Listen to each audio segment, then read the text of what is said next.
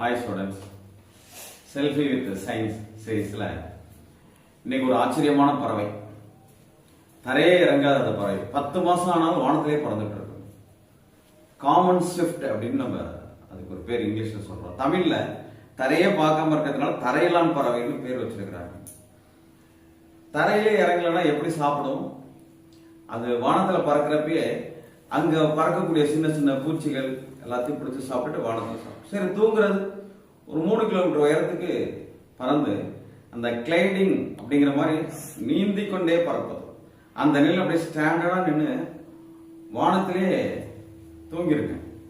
ஆச்சரியம் என்னன்னா, ஐரோப்பாலேருந்து ஆப்பிரிக்காவுக்கு வலசை போறப்ப 10 மாசம் வானத்திலே பறக்கும். ரெஸ்ட் எடுக்க தண்ணி குடிக்கணும்னா அதுக்கு மட்டும் கொஞ்சம் லைட்டா கீழே வந்து நீர்நிலை டச் பண்ணி தண்ணி குடிச்சிட்டு பறந்துருது.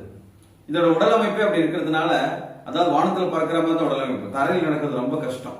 அதனால அது வானத்திலே பறக்குதுங்க. அடுத்த வீடியோ சந்திப்போம்.